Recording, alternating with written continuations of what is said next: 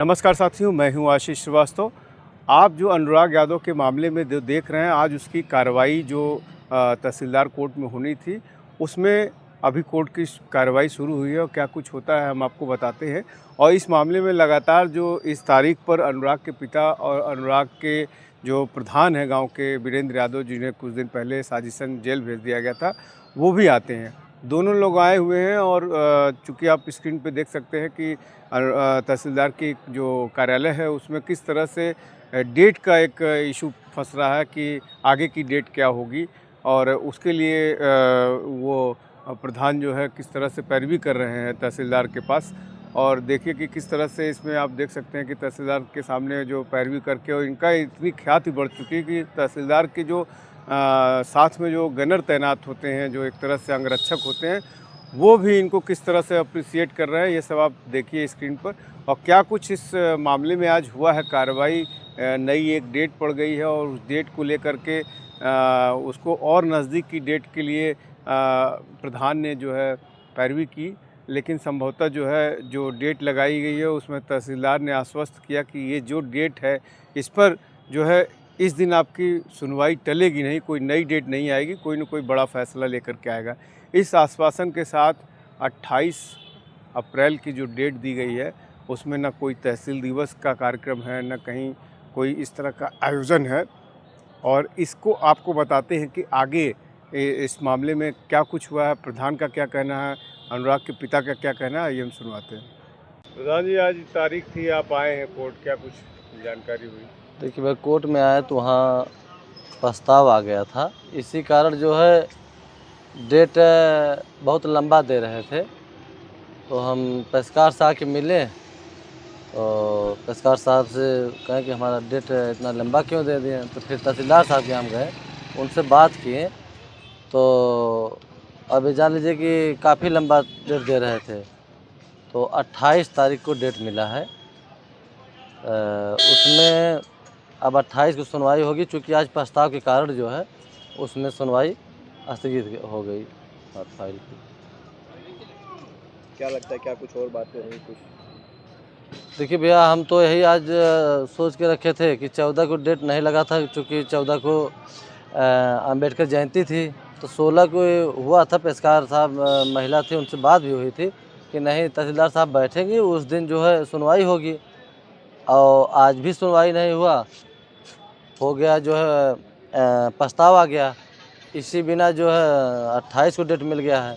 Date और लंबा जा रहा था, लेकिन तहसीलदार साहब से कोर्ट में जाके हम कहें कि सर और नज़दीक दीजिए, और इतना लंबा डेट देंगे तो कैसे लंबा चला जाएगा, 2-4 साल 10 साल चला जाएगा, इसको नज़दीक दीजिए। तो ये जान लीजिए कि बहुत कहने सुनने पे 28 तारीख को डेट मिला है। 28 को अब देखिए क्या तहसीलदार साहब मिलने भी गए थे, क्या कुछ बात हुई पर्सनल? ऐसा है भैया कि उसमें पर्सनल यही बात हुई कि जैसे हम कहें कि 28 को अगर डेट दे रहे हैं आप, तो आप बैठिए, चूँकि हरदम बार प्रस्ताव आ जा रहा है, आप वहाँ पे हाई कोर्ट कहीं चले जा रहे हैं, तो भले लंबा डेट हो, लेकिन आप बैठ के हमारे फाइल को देख के निवारण करिए। अब ऐसा ना हो कि फिर 28 को बाद भी डेट मिल जाए। भले लंबा डेट है, लेकिन आप बैठिए। पेशकार से भी हम कहें कि 28 तारीख को अगर डेट मिल रहा है हमारा, तो उस दिन तहसीलदार साहब बैठ के जो भी निर्णय लेना हो निर्णय लें। नहीं महिला जो पेशकार थे उनसे हम कहें नहीं तो हमारी फाइल जो है यहाँ से ट्रांसफ़र करें, अगर डेट पे ही डेट देना हो तो। क्या लगता है, अगर आप ना आए होते डेट लंबा लग जाता? भैया लंबा चला जाता ना, वो चला जाता मई में। अच्छा। मई में चला जाता, और वही मानसिकता थी। लेकिन हम वहाँ अंदर जाके पेशकार से पूछने के बाद फिर तहसीलदार साहब के कोर्ट में गए और उनसे बात भी किए कि हमारी फाइल हमारी जो है डेट इसी महीना में दीजिए, क्यों इतना लंबा खींच रहे हैं। क्या तो लगता है, क्यों इतना लंबा डेट? अब वहाँ जब गए तो तहसीलदार साहब कह रहे हैं क्या कि अरे हम तो कहे थे कि नज़दीक ही देना। अब डेट पड़ा लंबा जा रहा था मई में। महिला वो जो पेशकार थी कहीं कि हम कहे हमारे ही महीना में दीजिए, हमें हमारी फाइल भले ही 2 दिन लेट हो, जैसे 4 दिन का आप दे रहे थे तारीख, 8 दिन लग जाए, लेकिन मेरी फाइल बैठ के तहसीलदार साहब उसको देखिए, जो निर्णय लेना लीजिए। चूँकि ऐसे लंबा खींचते जाएंगे तो हमें तो लग रहा है कि ऐसे खींचते रहेंगे तो न्याय नहीं मिलेगा। और ना तो फिर उसको हमारे फाइल को आप ट्रांसफ़र कर दीजिए एसडीएम के यहाँ, डीएम के यहाँ। क्या बोले तहसीलदार साहब, इस बार बैठेंगे तो फाइनल कर देंगे? अब तो यही उम्मीद है, कहें कि नहीं कि 28 को हम फाइल देखेंगे और जो भी होगा निर्णय होगा तो हम कहे चलिए ठीक है, उसी पे हम फिर उनसे बात करके फिर निकल आए। और जहाँ तक उम्मीद है 28 को तो देखना ही चाहिए, जिस हिसाब से वो कहे हैं। भैया हम घर से आए तो पता चला 28 को फिर तारीख पड़ गई है, तो कोई प्रॉब्लम थी अधिकारी से और अधिवक्तागण से, तो इस वजह से आज ये लोग न्यायिक कार्य से विरत रहे और तारीख पड़ गई फिर से 28 को। अब देखिए क्या होता है। अब ये या तो अपवाद कहिए या संयोग कहिए या मेरा दुर्भाग्य कहिए, अब डेट ही तो मिल रही है आज 5 तारीख से, जबकि आखिरी बहस होनी है और 5 तारीख से तारीख ही मिल रही है। आ रहे हैं हम, पता चला हमारे आने से पहले ही तारीख पड़ जा रही है।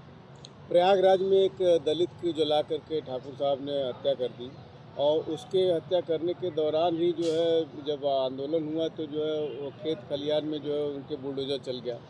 और आपके मामले में जो है किस तरह से देखते हैं आप, चूँकि प्रशासन के तरफ आप तो पीड़ित हैं, फिर जी। भी हम आप पीड़िता की तरफ से कैसा देखते हैं? जी बिल्कुल, दरअसल उसमें क्या था भैया ना कि वो जो हुई थी घटना तो उसमें बुलडोजर चला, लेकिन यहाँ इसमें लालता ने इतना तामझाम फैला के रखा है कि प्रशासन भी परेशान है, न्यायालय भी परेशान है और उन सब चीज़ों को क्लियर करने के बाद न्यायालय फैसला देगा। मुझे पूर्ण विश्वास है फैसला देगा न्यायालय और सच का पक्ष में फैसला देगा। जो सच है वही न्यायालय फैसला देगा। लेकिन लालता ने तमाम चीज़ों को उलझा के रखा है सन 95 से, तो वो सारी चीज़ें जब सुलझ जाएंगी तो फैसला आ जाएगा। 6 महीने जैसे लालता ने सरकारी ज़मीन पर कब्जा कर लिया है, 6 महीने से मुकदमा चल रहा है। इसी तरह का किराकत आपकी बगल की तहसील में भी जी एक सरकारी ज़मीन पर रसगुल्ले की दुकान थी जी और उसकी बिल्डिंग ढहा दी गई, एसडीएम ने ढहा दिया। अभी आपका भी 6 महीने होने जा रहा है, क्या कुछ जी, लगता है कि आपके ऊपर भी जो कार्रवाई लालता की होने वाली है? जी जी, दरअसल वो जो दुकान थी तो उस पर पहले से मुकदमा तो था नहीं कोई, और इन सब ज़मीनों में लालता ने खुद को वादी बना के और मुकदमा कर रखा था। तो वो सारी चीज़ें क्लियर करने के बाद न्यायालय ने संज्ञान में लिया है और इन सब चीज़ों को क्लियर करने के बाद फैसला आ जाएगा। कितनी उम्मीदें थी आज आपको, आज 16 तारीख, कितनी उम्मीदें लेके आप घर से निकले हुए थे कि आज तारीख पे चलेंगे? जी भैया, बहुत उम्मीद थी और थोड़ा सुकून भी था और मुझे ये था कि आज कुछ न कुछ फैसला लेके आऊँगा, घर वालों को सुनाऊँगा कि नहीं आज ऐसा हुआ। लेकिन अब जब यहाँ न्यायिक कार्य से विरत रहने का अधिवक्ता लोगों ने कह दिया, न्यायालय का बहिष्कार किया है, तो मैं उसमें क्या कर सकता हूँ। कोई प्रॉब्लम्स रही होगी उन लोगों की। अगली तारीख 28 पड़ गई है, काफ़ी बीच में गैप पड़ जा रहा है, कैसे देखते हैं? क्योंकि पहले तो शुरुआती दिनों में तारीख जो है वो 2 से 3 दिन या 5 दिन के अंदर मिल जाए, लेकिन इस बार अब 28 तारीख पड़ गई, लंबा गैप हो रहा है। क्या नहीं लग रहा है कि हाँ लंबी तारीख है जिससे लालता को और भी मौका मिलेगा? जी भैया, मौका तो उनको मिलेगा ही और 14 साल की उम्र से मुकदमा लड़ रहा हूँ भैया, तो इतना तजुर्बा है, तो तारीखें इतनी जल्दी जल्दी मिल जा रही वो भी मेहरबानी, और 4-6-10 दिन की देर से मिल रही हैं वो भी मेहरबानी। सब क्या करें, कर ही क्या सकते हैं उसमें। बहुत तारीखें लिया है, अब सन 95 से हमने अब तक लाखों तारीखें देख चुका हूँ, तो ये भी देख ही रहा हूँ। अब क्या करूँ, कहीं काम करने जाना नहीं है, ड्यूटी कर ही नहीं पाऊँगा, तमाम बीमारियों ने घेर लिया है, तो घर पे ही रहूँगा, तो आके तारीख देखूँगा ना, जब तक जिंदा हूँ तारीख देख लूँगा। क्या हालात है घर के? क्योंकि घर से भी आप निकले होंगे तो चाहे अनुराग की मम्मी हो या बहनें हो, सबको उम्मीद हो कि यहाँ शायद कुछ आज राहत भरी खबर आ सकती है, लेकिन कुछ ऐसा नहीं। घर पे भी जाएंगे फिर वही बताएंगे कि तारीख। जी भैया, बच्चियाँ भी आने वाली थी, बोले पापा हम भी चलें, हमने कहा नहीं बेटा रहने दो, गारंटी नहीं, हो सकता है फिर तारीख ही मिल जाए, और हुआ वही। आने से पहले मिल गई थी तारीख? जी, मैं यहाँ पहुँचा लगभग 11:15 बजे, तब तक पता चला कि तारीख मिल गई।